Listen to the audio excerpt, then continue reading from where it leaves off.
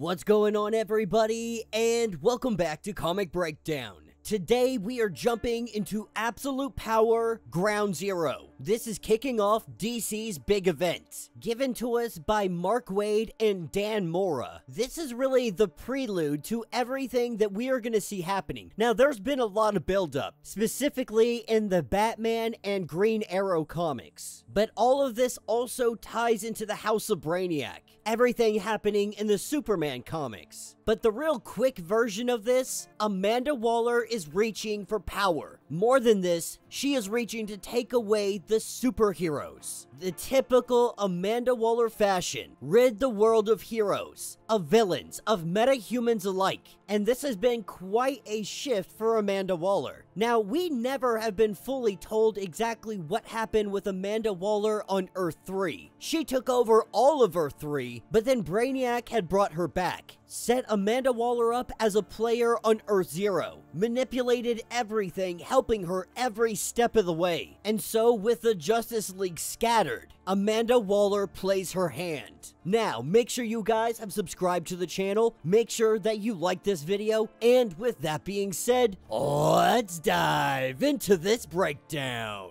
Alright gang, so to start this one off, we pick up on the island nation of Gamora. We pick up with Jay Nakamura. Now, those of you that remember the Superman line, or Superboy line if you will, he had played a pretty significant role, leading an organization known as The Truth, trying to make sure that the media wasn't filtering out what was actually happening on his home island, what happened with his mother, and he knows it was all because of Amanda Waller. But right now, he's running through the jungle. We have Deadshot that is hot on his trail. Now, Jay's unique because he is a metahuman and he can become intangible, but Deadshot knows exactly when to shoot. So he is quickly able to drop Jay. And in doing so, this is where Dreamer shows up. Dreamer once thought to be one of the good guys. These days, it's not really looking that way. Now, when Jay sees Dreamer, he thinks, my friend's here. Somebody here, a familiar face, somebody that's gonna help me out, help me figure out what's happening, why it's happening, and what we can do about it. But Jay quickly learns that this is no friend,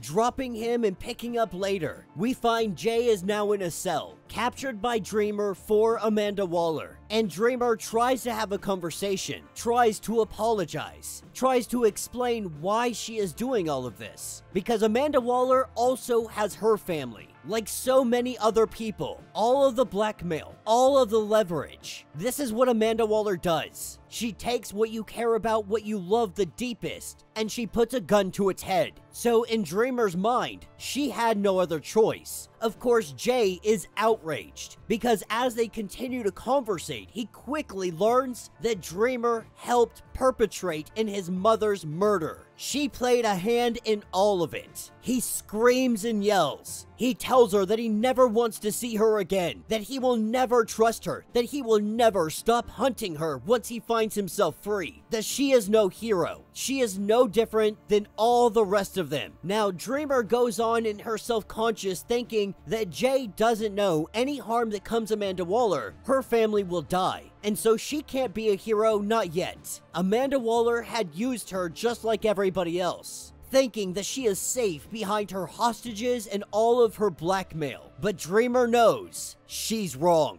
This is what takes us to part 2. We pick up with the time traveler. We pick up with John Starr, aka Time Commander. He has been brought back from the dead by Amanda Waller, and John Starr has just been brought into the Suicide Squad. Now, as John thinks to himself, trying to gather what the heck is happening here, he's heard of Waller before. Everybody that lives outside of the law knows who Amanda Waller is, the monster who bursts a bomb in people's heads when they don't follow orders. John Starr knows that he's gotta get out of here, that he cannot be under Amanda Waller's thumb. But Amanda has some use for him. His hourglass, the chronal rewind button, if you will, reversing broken objects back into their unbroken state. This is how Amanda Waller brought him back to life. And as thanks, what he is going to do, he is going to fix Failsafe.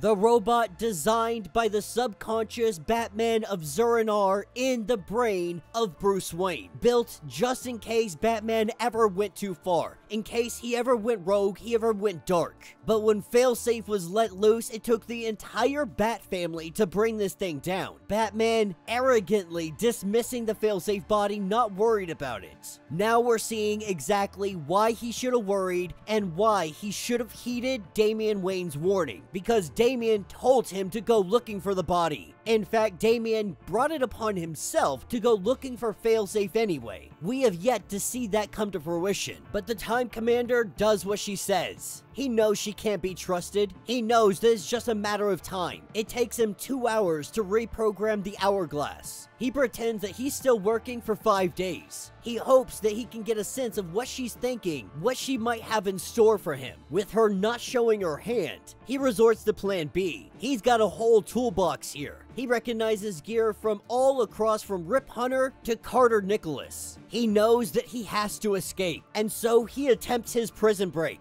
taking a device and shocking the guard. He is able to put him down. This gives him an opportunity to grab some other gadgets. He works frantically to get it operational before he is taken down. He is tackled, but being able to slip away, he teleports. It actually worked, but he finds himself imprisoned. He should be sometime in 1312. Somewhere in an open field. But as he looks around, what he sees is a feed, a video feed. Him talking to Amanda Waller about the Failsafe body. That's a live feed from 5 days ago. He went back only 5 days. Amanda Waller walking into the room, letting him know that they finally tuned this whole place. There are chrono routers all over the place, installed throughout the entirety of the base. The only time and place he could travel to is right here in this room, but he has had 5 days to really study the designs, so he gets to work immediately. Trapped by Amanda Waller 2 steps ahead of him, and he brings the monster back online. Failsafe is back in the land of the living. Amanda Waller now wants Time Commander to do this to all the other bodies that Batman of Zur-En-Arrh was preparing to use to upload superheroes into them, if you could call them that. Really, he was trying to upload other variants of the Batman of Zur-En-Arrh from the multiverse, creating an army of Batman of Zur-En-Arrhs. But now they have essentially the ultimate Amazos ever,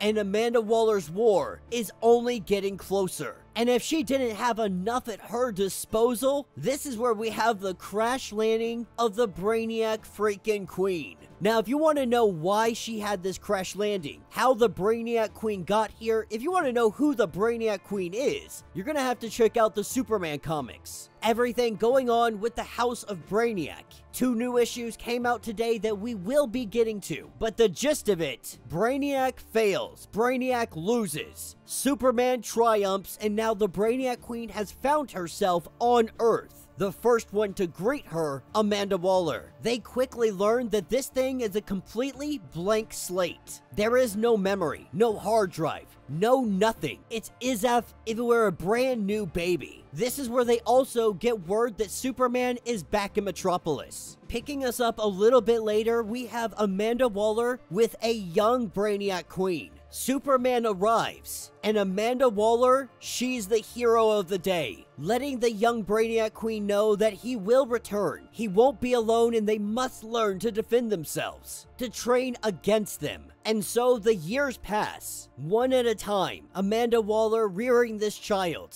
teaching her to read, teaching her how to shoot, teaching her what the enemy is, teaching her how to fight them, how to take them down. Amanda Waller trains the Brainiac Queen for 20 freaking years. And after 20 years, Amanda Waller tells her it is time to go. It is time to leave the safety and go out and fight this war, to take down the enemies that deem to hurt us. Failsafe unplugging Amanda Waller and ending the simulation. 20 hours for 20 years. 1 hour equated to 1 year inside this simulation. Having the Sanctuary programs merging with the own Failsafe programs, plus some future VR tech. The Brainiac Queen is now a servant to Amanda Waller. More than that, the Brainiac Queen is a daughter to Amanda Waller, one of the most deadliest daughters to ever exist. As the Brainiac Queen comes out, she is ready to save the world with her mother. Those that would hurt them with power do not deserve it. Now the stage is set, the players are in position, and the war is finally about to begin.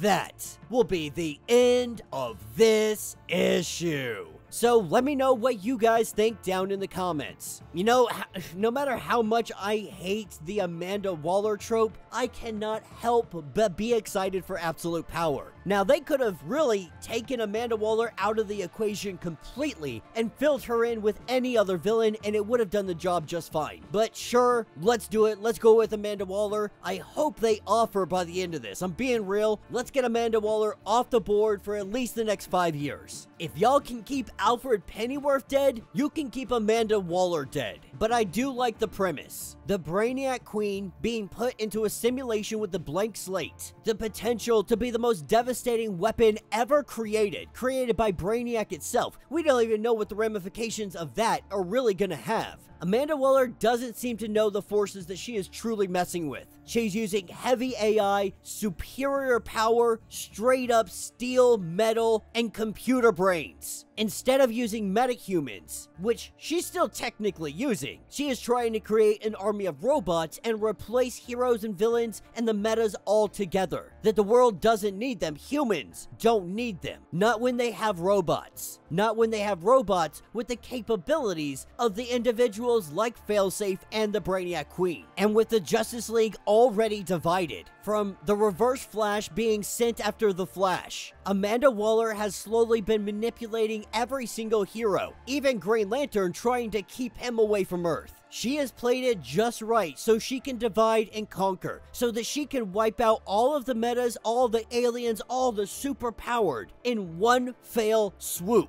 And their lack of organization, their lack of a functioning Justice League, puts them at the greatest risk that they could ever be at. That united, they could take down Amanda Waller, one by one. Amanda Waller is about to start picking off heroes like it is fish in a freaking barrel. Add in the fact that all the meta she has working for her, from time travelers, precogs. Heck, I think we even see that Green Arrow eventually ends up working for her. All of these resources at her disposal. She may have made herself the most dangerous, the most powerful woman on all of Earth Zero. But let me know what you guys think. Let me know your thoughts. Let me know your theories. If you want to get caught up on everything that is going on with this series, go ahead, check out the link in my description, as well as the top of this video. It's gonna get you completely caught up on everything that has been going on with Absolute Power. Now, if you would like to support the channel, you can always do so by joining the channel membership. Having many different perks from $1 to $50 loyalty badges to comics every single month. Not only are you getting tons of comics in the process, you are also helping out the channel tremendously. Now, if you're unable to do this, do me a favor, subscribe to the channel, like this video, hit that notification bell, make sure you're getting all the notifications, and with that being said, until the next breakdown.